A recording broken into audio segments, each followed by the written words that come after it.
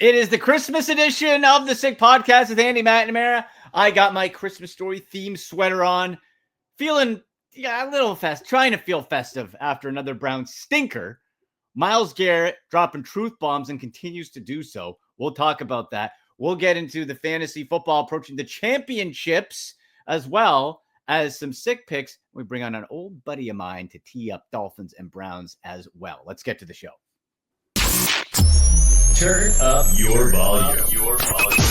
Because you're about to listen to The Sick Podcast with Andy McNamara, the sickest Cleveland Browns podcast. Chubb runs, he's to the 10, 15, he's to the 20, 25, 30, 35, 40, 45, 50. There goes Chubb, he's to the 30, 20, 10, 5, touchdown, Shabba-lubba hub. It's gonna be sick. Merry Christmas, happy holidays, everybody. Yeah, we're getting the show in a little bit early this week and getting ready for hopefully a little relaxation, cleanse ourselves from the stank of the Cleveland Browns. But even so, I still love them. I always will. I love the city. I love the colors. I love the team. Just don't love the people making the decisions for this thing. Like I said, got my Christmas story. If you guys watch it with Ralphie and the BB gun, this is my grandfather's bumper. R.I.P. to the big guy. Wear this one every year. His old sweater, old cardigan thing, feeling good. And he was the one that was a Browns fan first back in 1946, all the way up through my dad and now through me. They had many more years to celebrate than I've had in my lifetime as a Browns fan, especially since the 99 edition. Make sure you're clicking subscribe, notifications on, click that subscription button. Follow us on X at SickPodBrowns, at AndyMC81, Instagram and TikTok, at Andy MC Sports. You got fantasy football questions coming up for the championship? Let me know. Hashtag Ask Andy on those platforms. You can leave notes in the chat as well. Make sure you're jumping in too to our merch shop pinned on my X at Andy MC81. You can get your fantasy football, professional fantasy football player shirt, fantasy football championship shirt. They're gorgeous. Got some cool Browns gear in there as well. So make sure you're checking that out. In a few minutes, we'll be bringing in an old buddy of mine. He is a mega Miami Dolphins fan. Jamie Thomas works for the Winnipeg Jets of the NHL. Good friend of mine, and he is a fantasy football expert. Worked with him in the fantasy football industry as well. So we'll talk a little fantasy. We'll talk Dolphins and Browns, and maybe even make a couple bets for the Christmas game. See how that goes. But first, let's address the 24-6 shellacking that the Browns, as usual, enforce self-inflicted wounds on themselves for. Right? I was going to do doghouse, dog bones. There's no dog bones. You're 3-12. No dog bones. Nobody eats. Nobody eats. You're all in the doghouse, no water. Okay? You sit there in the cold. That's what you do. What a sludge fest of a game. You had that opening drive, and it's just so consistent with this season for the Browns. You have something good, and then you take it away yourself. You take it away yourself. You have that tremendous run on the opening drive by Jerome Ford. Looks dynamic, sharp, and saying it for weeks. Pretty good fantasy day for Jerome Ford, like I told you on the Sunday show as well, by the way. But then you're at the one. You bring Deontay Foreman, who you've had sitting for over a month. Fumbles the ball. Oh, by the way, that was the guy you brought in, who was Deshaun Watson's old teammate, to replace Kareem Hunt. Deontay Foreman fumbles footballs at the one and turns the tide of the game against you. Kareem Hunt scores touchdowns for the two-time defending Super Bowl champions. But he's not good enough for us. Baker Mayfield, now he lost last night, but he's popping up huge numbers, probably going to win another division. Not good enough for Jimmy Haslam, Andrew Barry, that grifter Paul DePodesta. Not good enough. No. We don't want those guys. We don't want guys who want to be here. Why would we? No. We want the guy taking pictures of himself eating pasta with wine by a beach. Yeah, we want Deshaun Watson, sure. I mentioned on Sunday's show, too. Great on Myles Garrett, calling things out and putting some urgency on it. Good on him. We know that team isn't going to listen to us. We know Haslam's not listening to the fans. DePodesta certainly isn't. He doesn't even come in. Lives in his palace in La Jolla from grifting baseball and football for over the past 20 years. God, if you got reincarnated in a different form in life, I hope I'm Paul DePodesta next time and have whatever silver tongue he's able to use to finagle himself to being a failure in his career across multiple sports and being filthy rich. It's outrageous. Wow. What a life. What a world, right? But Myles Garrett's calling him out. You, Jimmy Haslam, are you going to let a future Hall of Famer, the guy who reached and eclipsed the 100 sack mark, the fastest player in NFL history to do so before the age of 29, you're going to let him walk away for your process, your analytics BS, your 10 guys to make one decision formula? How's that working? That whole team wants to think it's smarter than everybody else in the NFL. Well, how smart are you? You're 3-12. How smart are you now? You feeling smart? You know who's smart? How about Detroit Lions? Oh yeah, that's a guy, John Dorsey, the GM you fired because he hired the wrong coach, Freddie Kitchens. Yeah, that's who he's helping out. How about the Minnesota Vikings? Looking smart? Yeah, there's lots of smart teams. You're a stupid smart team. You think you're smart, you're stupid. And Myles Garrett saying, I want to be here in Cleveland. I want to win. But if you're not going to win, I want to go somewhere where I can. And if that message doesn't get through, what the hell are we doing? Could this be the ultimate insult to the Deshaun Watson trade? Because the Browns need Myles Garrett to restructure his contract, to give an extension to him so that you can maneuver all the salary cap money because of the mess you created with Deshaun Watson. If he says no and you got to trade him, that's the extra punch in the nuts to the legacy of that deal. The cost of the Deshaun Watson trade finalizes with you having to get rid of Myles Garrett, a future Hall of Famer, who was the start of your initial rebuild under Paul DePodesta. How do you think this is working, Jimmy Haslam? How? Do you think this is working? Really? You said you don't want to be emotional. Maybe get a little emotional. Maybe. You're too complacent. How are you looking at the product on the field and thinking, yeah, we're on the right path? Wait, it's our process. Imagine if you ran your trucking company like this, your former trucking company. You'd be broke, be on the street. Incredible. Browns lose 3-12. Okay. And it's like, oh, well, what about the draft pick? Who's drafted? Can I trust Andrew Berry to do that? No. How DTR look for you? Their only quarterback they've drafted. Looks kind of like how we expected. Not very good. Can make a couple plays with his legs, and he's going to start again. Okay. Against Miami. Wow.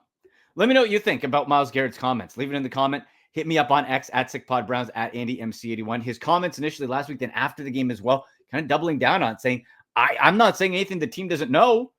He's been open with it. And how would you feel if they traded Myles Garrett? And do you trust Andrew Berry in this front office, this regime, whoever's making the decisions really, to get this crucial draft right and address the quarterback position that Myles Garrett called out as well? At SickPodBrowns, at AndyMC81 on X, hashtag Ask Andy for fantasy football questions, subscribe, notifications on Instagram and TikTok at AndyMC Sports. And you know what? Sometimes when I get mad, I get hungry. And when I get hungry, I use Stadium Mustard. That's what I like to use. Stadium Mustard. From ballparks to backyards and everywhere in between, Stadium Mustard is a smooth but spicy mustard, rich in taste and tradition. Stadium Mustard is real and organic, not manufactured. You can get it at Huntington Bank Field, Cleveland Browns. Same, I had it when I went down this year. You can have it across Cleveland, Ohio, the U.S., Canada, wherever. You got some great merch we've given away, Bill and the crew. Follow them on social as well. Stadium Mustard. You get some shipping deals as well. Make sure you're following them to get some discounts. But this goes great on sandwiches, pork chop, burgers, hot dogs, whatever you got. Stadium Mustard. And we now go to the Stadium Mustard hotline. My old buddy, he's from the Winnipeg Jets, but he loves his football, damn it. He loves his Dolphins, and he loves fantasy football. Jamie Thomas, back with us. Jamie. Andy, what's going on, brother? Good to see you, my friend. Good to see you. And in another life, we were running the world of fantasy football at the professional level. We had to know that it wasn't going to last forever because it was way too much fun. So that's just the way life works. When we were having fun and making some money, yep, you knew the shelf life of that was going to come to a close, because why would you want to have a job where you enjoy doing something? Exactly. Why? Why would you want to do that? Instead, that's right. Slug through things. slug through, and we did it. We're still alive, so that's as long as we're on this side of the grass, it's all good, right? That's right. That's something our dads would say. That's a dad thing to say, and I will continue to say it when I get a little bit older. That's definitely a dad thing to say. I'll tell you, my Browns are as close to being on the other side of that dirt patch as you can get, Jamie. Yeah, like come on. I was talking with somebody about this the other day, and it's amazing in the United States how many people live down there and how many people know football and how many people are in the business of football and how few people can run a team properly. Yeah. And that blows me away. Like, for all the football minds that are in the United States of America, how poorly ran so many franchises are. And it blows me away. And I know some teams are hindered by their owner, guy signing the checks, guy or girl signing the checks. But it just blows me away that coaches or systems or management or scouting, why you try to overthink things and why you try to do something differently that hasn't worked before or something like that. So, I mean, a few years ago, Mike McDaniel looked like the genius hire, right? I got bugged by my friends that looked like a guy that worked at Starbucks. I'm like, you're going to see how this works out. And it hasn't. And I think, Chris Greer looked like he had some things going. But I mean, there's just so many draft picks that aren't working. Now, to the two defense, both coach and general manager, the thing that blows me away is you can't compensate for injuries. And the Dolphins have a boatload of those. So is it fair to come down on them? I don't know. It's when your offensive line, when you have the offensive players that the Dolphins do, the fact that you just can't produce enough offense to win games week over week is mind-boggling. Yeah. And I listening to you off the top of the show, you're just one of 20 teams in the league that just can't seem to get things rolling. Why is it that the Dolphins have their franchise quarterback and they can't seem to go? All we've ever heard, as long as you get your franchise quarterback, you can move on from there. They can't. And I know Tua has been injured, but where is the next step? Like, you don't have to worry, but you have this guy in place, but you can't build around him. That's the part that blows me away. So that we talk about having a top 10 pick for the longest time, you better nail it. And Kansas City has their quarterback. Buffalo has their quarterback. It looks like the Detroit Lions have their quarterback. You can even say the Minnesota Vikings might have their quarterback of the future, at least for this year, the immediate future. Yeah. It's just interesting how it seems like 10 franchises have their act together. Why can't the Giants and Jets get their act together? They have unlimited money and resources. So to me, Raiders too. Yeah, the Raiders too. So it's just, it has to be the Cowboys. Like, this is mind-boggling that these franchises can't seem to get things going. And Detroit used to be lumped in with Buffalo. They used to be lumped in with Cleveland as franchises. You get it, but two of those three franchises have figured it out. But it just seems like every time Cleveland's about to get it, they just step in to get in their own way. Self-sabotage. And I guess, like, fans are unrealistic. That's what fans are. We're fanatical. We overthink every single transaction that happens or decision that is made by a franchise. But I just, like, it almost seems like you said, the ownership does not listen to the fans. Although it seems like the fans know better than the guys that run the team.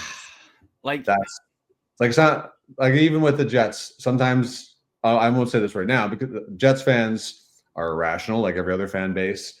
They sit there and think that what Kevin Shoveldayoff is doing is wrong, but they keep winning. So I don't buy into that stuff. But right now, if I'm a Cleveland Browns fan and all of a sudden your best player is starting to talk like he is right now, I'm concerned. I think it's a good thing. It's like at least he's not saying I don't want to be here. I want out. He's saying I want to be here. This look like? Yes, I want to be here. Make it work. And I know it's not from. I know it's a hockey perspective. Mark Scheifele kind of did this 2 years ago. He kind of said, "I'm not sure where. Well, I just want to know where are we headed in this." Sorry, it's about 3 years ago now, because Rick Bowness came in 2 years ago and or 3 seasons ago, and it's kind of righted the ship. But it's fair when a star player says something. Now, some people will say, well, they shouldn't. I'm like, well, they should, because they have decisions to make on their future. Yeah. Why are they going to invest in this franchise if the franchise isn't going to invest around them? Those are the fair questions that things happen. So I get sometimes, and I remember Kevin Lowe, the general manager of the Edmonton Oilers a long time ago, said there's two types of fans. There's the fans that buy the tickets, and there's the fans that don't. There's a different kind of, they're the ones that are theoretically feeding the machine as the fans. So as your season seat holders, and I'm not disrespecting any type of fan, those are the people you should be listening to, because they're the one that are offloading their hard-earned money week over week. And it's not cheap anymore to do any of this stuff. So, and especially with the economy in both countries being the way that they are, sometimes you have to listen to people that are paying the bills essentially in that aspect. So, I mean, it's a long-winded way of saying I'm disappointed with where the Dolphins are headed right now. I'm sure as hell, pretty sure that fans in Cleveland are feeling the same way. And now it's at the point. Remember, a lot, like I've never felt bad for Buffalo because they're in the Dolphins division. Yeah. But I remember there are times I'll go back with the Pittsburgh Penguins, or, you even look at Detroit. I felt bad for the Detroit Lions fan base. And this is going back to Barry Sanders and Herman. Sure. You're like, Megatron. Oh my gosh, how can they not figure this out, that the game's best player has to quit? Yes. Two of them. Two of them. Hall of Famers were like, I'd rather not play football. Right. That to me is the ultimate. So that you feel bad for Detroit Lions, you feel worse for the fans. So now where's that excuse now? Buffalo. Somebody, okay, outside of Buffalo, outside of me, feels bad for the Buffalo Bills. They can't figure it out after years of not having a quarterback. Now Buffalo's figured it out. They're starting to roll. So now all the eyes are, I always feel bad because I know a lot of Cleveland Brown fans. I feel bad for you guys. I honestly do. And it must get tiring for you. It must get tiring for the fans to complain week over week, where you just want to see one sign. You just want one thing at the end, a light at the end of the tunnel to tell you, why am I doing this? Because I am coming back next year. I'm never, like, I got buddies that have quit on the Dolphins. I think that's ridiculous. Yeah. Then you're not a real fan, Jamie. I told my wife, you can't quit on a pro football team. No, I will die with this. Best friends. Two of my best friends have quit Dolphins, have gone to other teams. You can't do that. Fake fans. No, fake exactly. Yeah, fake I don't fans, like. It's fake fandom. Look, yeah, I've always said I love the city. I love the colors. I love the people. I don't have to love who's running the team. No, I don't have to love the players, but damn it, I will cheer for whoever's wearing that uniform, and I'll cheer for this team until I'm buried in the jersey, and then in the afterlife too.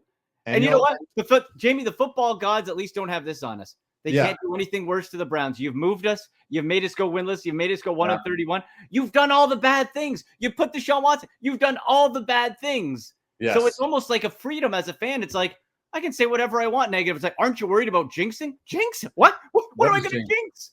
There is no jinxing. Who am I jinxing? Nothing you say affects. Don't you remember Fever Pitch? That one time where Jimmy Fallon's character comes off, he's complaining about, and he's like, the little kid says to him, you love the Boston Red Sox, but when have they ever loved you back?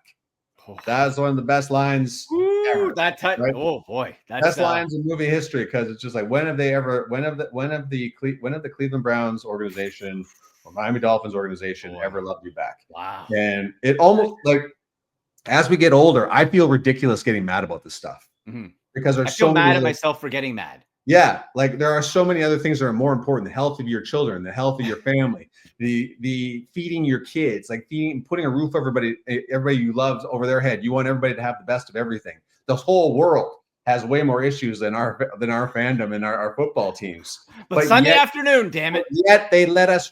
We drive ourselves nuts over this stuff. It is 100% an escape from reality. But sometimes that reality, you want to have something where you're like, I can go to bed tonight going, oh my gosh, the world may suck today, but the Dolphins won. I feel good. Yes, you get that. And then when you're mired in such misery with it, then you have all the outside stuff. And then also your escape is bad.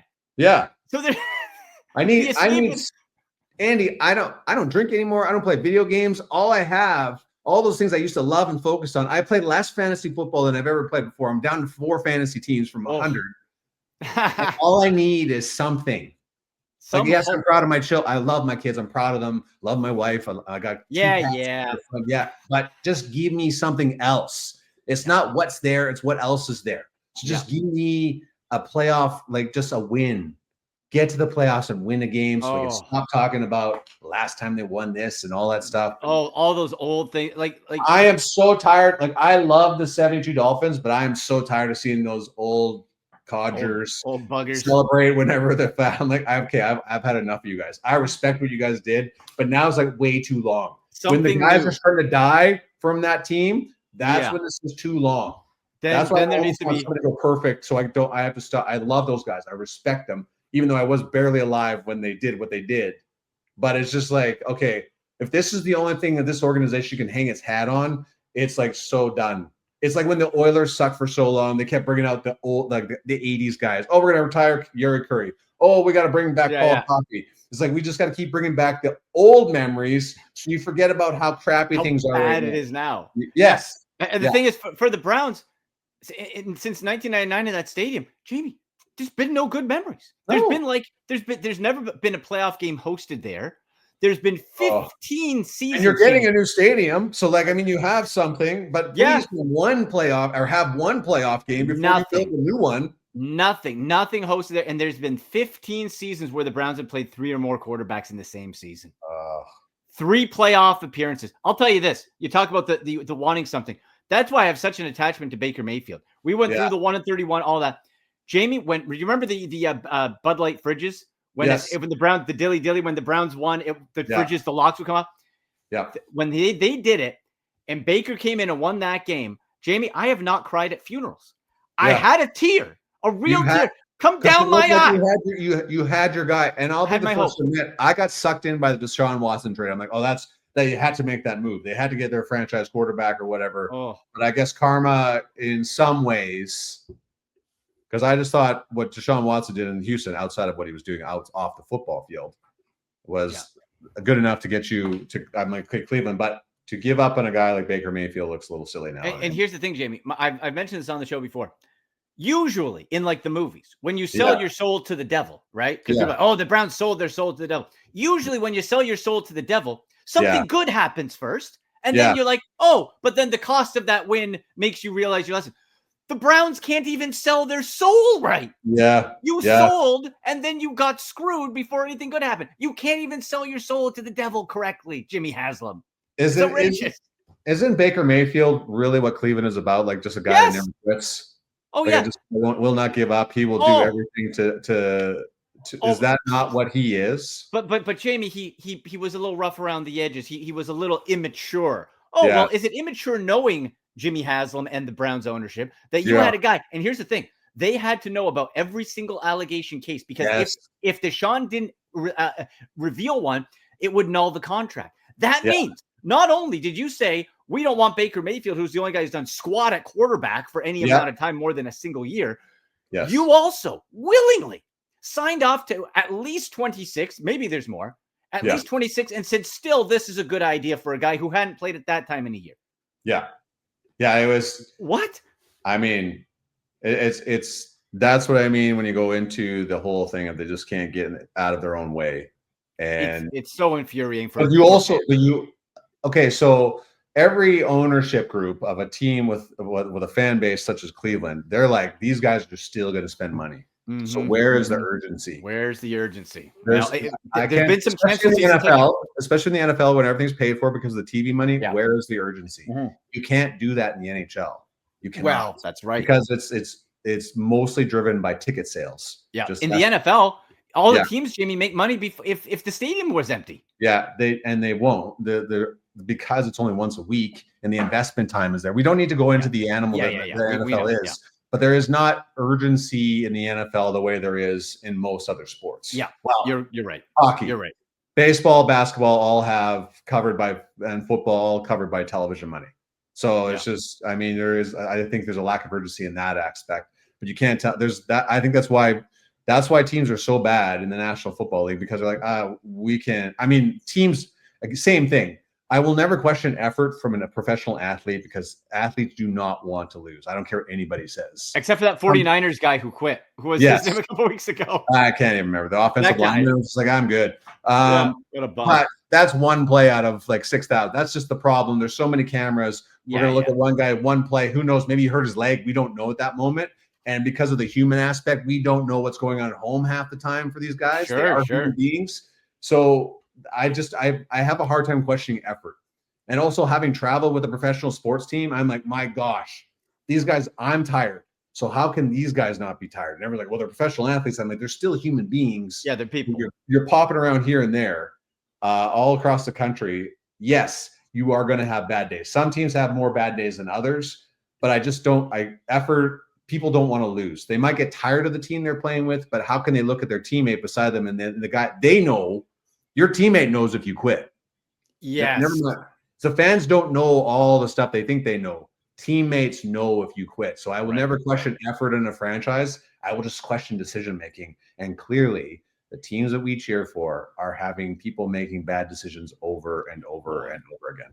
Well, what's really interesting to me is for Miami, it looked like you guys were so close because you make the Tyreek Hill move. You have Waddle. It's like this explosive offense. And I think one of the issues is, and we know, boy, sometimes it's better to hang with what you have, even if you're not sure, because if you don't have any QB, it is a train wreck. So, like, is this on the Dolphins, Jamie, too, for not having a better plan B for Tua? Like, the backups suck. Yeah, here's another thing too, bud. Like you just mentioned Tyreek Hill, and that clearly off-field stuff is going to catch up to you. Yeah. So I think all this off-field stuff that Tyreek Hill has gone through or has been through is starting to catch up to him. And it, like Deshaun Watson, the amount of that stuff sits in the back of your head, and the stuff that comes up, that affects you. And it can't tell me your teammates are looking at you going, come on, man. Like, how many more of these do we have to do? So I know a lot of these things are allegations against Tyreek Hill, and they're nothing proven for the most part, but still bad people can still corrupt your locker room. Well, and the NFL history is filled with bad people. Yeah, right? And there's 53 dudes. You can't tell me there's not some bad dude. Like when everyone says hockey culture, I'm like, every sport has a culture. Or every company, Jamie. You work for a big corporation, you're going to have a bunch of jerks. Come on. Everybody, when the more people there are in your organization or your company, there's a chance there's some bad seeds in there. It's numbers. Is that bad seed going to like filter down throughout your organization? Right. I just think Tyreek Hill has become more of a distraction than he has been a plus on the football field for the Dolphins. And you can't tell, the numbers tell you everything. He is not. How is he not still? He's just as fast as he was. He's still just as open. Tua's better than he ever has been. So why are Tyreek Hill's numbers not the same as they have been in years past? So I think as great as he has been in the last couple of years, he's not doing it this year. What is Jalen Waddle doing? Like, he's still a great receiver. Tua, again, is more accurate than ever, but those guys' numbers are not there. What happened to Raheem Mostert this year? Like, I mean, was that a flash in the pan? Like, there's just, I know the offensive line plays a role, but other people have to take responsibility for their lack of numbers when the quarterback is still playing as accurately as ever and playing as well as ever. So why are the other guys' numbers not matching or surpassing what they have done in years past? That just means you got to look somewhere else. There's so with that being said, Jamie, okay, you look at the Dolphins, they're 7-8. Yeah, there's technically a wild card spot open. Are they going to make it? Probably not. Probably not. No. Do you want them to make it? That's the other thing. You don't deserve to make the playoffs. No, like I'm looking right now. So you got Ravens so there's 2 wild card spots. So that could likely will go to the Chargers and Broncos, I would think. Yes, that's fair. Yeah, guess, right. Yeah. So you have that. Dolphins missed the playoffs. Let's say for fun. Do you feel there's going to be any noticeable changes? Like, is Tyreek Hill as a trade? Does that make sense? Like, is there, because you have to do something is clearly broken from the outside. The pieces are sort of there, but it's not working in some capacity. Do you think anything drastic happens to this team? I don't know if Chris Greer keeps his job if they don't make the playoffs. I don't even know if Mike McDaniel keeps his job. The only thing with Mike McDaniel is it fair to fire someone when you have been hampered by injuries all year long? Well, that's it. Maybe the coach gets a bye. He's done, I think, overall, despite his weird deteriorating appearance. Well, that's just you can't beat a playoff team. Like, his record against playoff teams is abysmal. So that might be something where you're like, but are you like restarting all over again? That's the other thing. People talk, you got to change the coach. Well, when you bring a new coach in, you're bringing another system in. And you got to get another. You got to, and the off season is too short. They don't practice. Yeah, training camp is not long. They don't practice enough in training camp for a new system. That's the tough part where you have to make that decision. So you have made personnel is the best way to do it. So I don't know if a Tyreek Hill trade is for real. I don't know if that's possible. But to me, there's enough receivers in the draft where you can kind of start someplace new every year. I know that's a good point.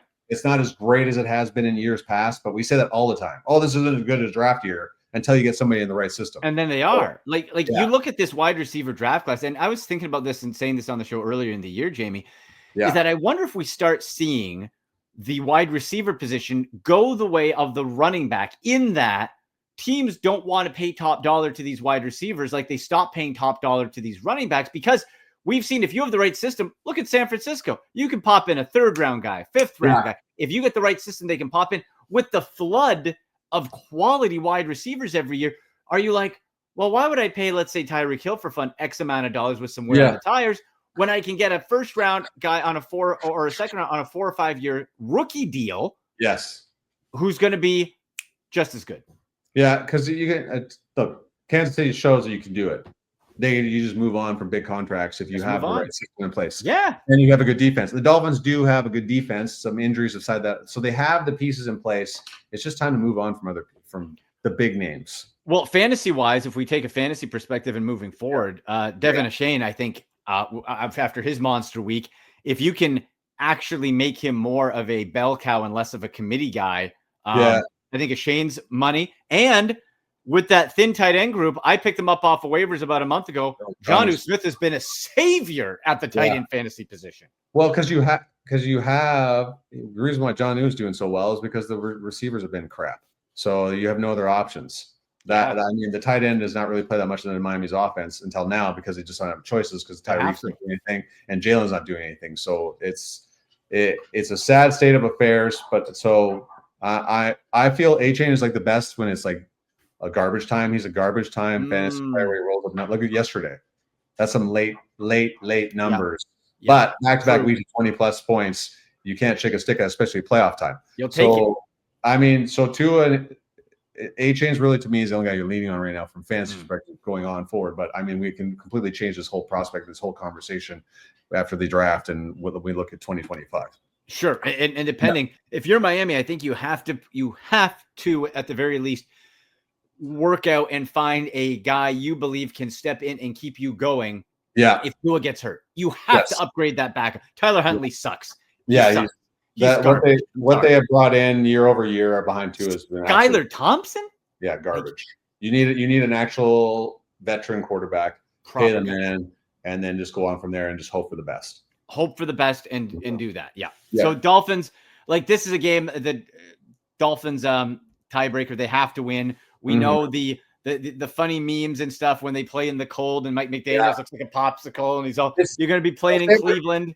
Buddy, this is every year though. Every year, even in Marino's peak years, they would cruise through September, October, November, and then December came and they have to play. Obviously, they're playing teams in cold. Their division rivals play cold football.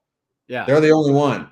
So the Jets, Patriots, and Bills all play in crap weather, and you're the only warm weather team. Let's call it that. So it's just you can say all the memes all you want. I don't know how you prepare teams. I don't know how you prepare your players. You're going to have to play in the cold eventually. But I mean, there are so many issues for this organization. It's just so hard to pinpoint one and realize it's going to turn the corner. I thought when freaking Tom Brady left the division, I'm like, here they go. Now is the time. Now it's time. If Josh Allen it just happens to be there as superhero. Well. Yeah. Well, you mentioned the preparing for the cold. Did you see for the Saints playing in Lambeau Field on Monday Night Football this week what they did to prepare? Did you see that? Yeah. They put them in the freezer. Yeah. It's not enough. If you have to do that, Jamie, as soon as I saw that, I'm like, put all your money on the Packers. Yeah, right now. Strategy. Just right now. Put all the. Just every last one of your dollars. Put your mortgage on it. Put your kids' tuition. Put it all in the Packers. All the Spencer Rattler, who looks like a guy playing Patrick Mahomes in a Netflix documentary, but doesn't play like him, is your hope. It's a shame too because Rattler is such a banger of a football name. If he was good, just I thought for a time he was going to be the answer. So I mean, when he was in college, I'm like, he had first overall pick talk for a while. Yeah, and not then so much. Reality kicks in. Not so much. Jamie, we're looking at the Christmas games. We'll do a little bet here, and then we'll but fantasy wise, I got a ditch, man, because I got to do post game for this Jets story. Oh baby, you got to go. Okay, let's do this. Let's do this Christmas thing. I apologize. That's okay.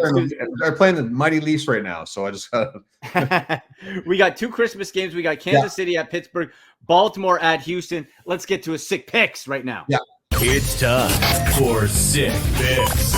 Brought to you by DraftKings. The crown is yours. All right, Jamie, 2.5-point favorites are the Chiefs in Pittsburgh. That's kind of interesting. Squealer's struggling a little bit in Baltimore. Who do you like? I just can't. I can't turn away from Patrick Mahomes, the Chiefs. Although, Pittsburgh didn't play that badly against the Ravens, I still believe they have a little bit left in them in terms of when it comes to the playoffs or if they get in the playoffs. But I got to go with KC. I'll go with KC to cover that. Then Baltimore at Houston. We got over-under set at 46.5. Yes. Maybe the under there. I think with Tank Dell out, not that he was doing that much. Houston 5.5. I think Baltimore covers. Yeah, I agree with you. It is stunning to me how the decline of CJ Stroud this year, but I know it's a lot to do with what their offense are running and everything right now. So he's going to come back. He'll be fine. Yeah. Jamie, we'll let you go, my friend. Merry Christmas, happy holidays, and let's do this again soon, buddy. Yeah, sorry that I had to bail of the hockey calls all the time. You know how it goes. Hockey calls. It's okay. Yeah. Don't worry, bud. We'll talk to you soon. Thank you. Everybody, Merry Christmas. Merry Christmas. There he goes. Jamie Thomas worked for the Winnipeg Jets. Does pre-post. Great work there. If you're a hockey fan, make sure you're talking to Jamie Thomas there, of course. And heck of a fantasy football player, too, as we get into the championship week. And if you're looking at Kendre Miller, like I said, play for Monday Night Football for sure. And then we look ahead, and it's all right, for championship weekend, what are going to be the hot waiver ads coming out? Do you look at Houston with Tank Dell, who wasn't doing that much? Does anything really jump out to you there? I think, again, this Browns game, you're slamming Jonnu Smith. David Njoku is going to be undergoing an MRI. So if he is your tight end, make alternate arrangements, okay? Njoku, I would be very surprised if he's going to play at this point. Suffered an injury in that loss to the Bengals. So Njoku, MRI, keep an eye on that. We have to make sure that we're, you got to prepare. Bottom line, you got to be prepared. Other fantasy ones, you know what? If you're in a 2 QB league championship, and look, if you're in the championship, you're probably fine. But if you're looking for a QB, Cooper Rush has been, I don't like it, but Cooper Rush has been sneaky effective as a QB too. He has, and you're going to be going in playing the Eagles division game. Probably gonna have to light it up a little bit. Right? Eagles banged up. Jalen Hurts. That hurts me on my playoff. I'm going to have to go QB hunting. Kenny Pickett, I think, got banged up too. Not that I would ever play Kenny Pickett. But there's going to be some work to do as well. So maybe it is a Cooper Rush. Maybe it is a Mac Jones playing the Tennessee Titans. I'm not happy about it. But maybe that's where we're at. Right? So keep your eyes out there. Still, I'd play Jerome Ford against the Dolphins. He's been underrated. Phenomenal. His average yards per carry. You have the 60-plus yard run that mixes it in, but he's looked fresh. So you're playing your Jerome Ford. Also, kids, remember that since the NFL season is rolling along and the contenders are separating from the pack, the one thing that hasn't changed this season is the DraftKings Sportsbook, the official sportsbook partner of the NFL, number one place to bet touchdowns. We don't care how they get them. We want to bet on touchdowns, and DraftKings is the best place to do it. Here's a reason for new customers to do a touchdown dance of their own. You bet $5 to get $150 in bonus bets if your bet wins. That's it. Use code 6sports to do that. Score big with DraftKings Sportsbook, the number one place to bet touchdowns. Download the DraftKings Sportsbook app. Use code 6sports. That's code 6sports for new customers to get $150 in bonus bets if your bet wins when you bet just $5 only on DraftKings. The crown is yours. Gambling problem? Call 1-800-GAMBLER. In New York, call 877-8-HOPE-NY or text HOPE-NY 467-369. In Connecticut, help is available for problem gambling. Call 888-789-7777 or visit ccpg.org. Please play responsibly. On behalf of Boot Hill Casino and Resort in Kansas, 21 and over. Age and eligibility varies by jurisdiction. Void in Ontario. Bet must win to receive reward. Bonus bets expire 168 hours after issuance. For additional terms and responsible gaming resources, see dkng.co/ftball. There you go. And if you need that one bet to get those bonus bets, that $5 bet, I would put it on the Packers minus 1,200 to beat the Saints in Monday Night Football. Don't get cute for the bonus bets. Just slap it on the Packers. Nothing's a guarantee in sports or betting, of course. But boy, that is looking pretty darn good for the Green Bay Packers tonight. And that's personally where I would go. Not advice, but just my 2 cents for that. All right. We'll be back on Sunday to get ready for Browns, Dolphins, and the Fantasy Football Championships and the Parlay Party bets. Get you cooking there. So in the meantime, Browns fans, I know I keep getting riled up, but we're going to try to relax a little bit. Be grateful, thankful for what we got. You know, we got each other, dog pound. We'll get through it. We'll try. And then we'll circle back. So Merry Christmas. Happy holidays. Thank you to Jamie Thomas. Thank you to producer Jimmy. And to all of you for watching, subscribing, listening, commenting. Love you guys. Have a safe holiday season. We'll see you on Sunday. And as always, go Browns. And that's a wrap. Hope you don't miss us too much until next time. Follow the Sick Podcast with Andy McNamara on YouTube, Instagram, Facebook, Google Play, and Apple Podcasts.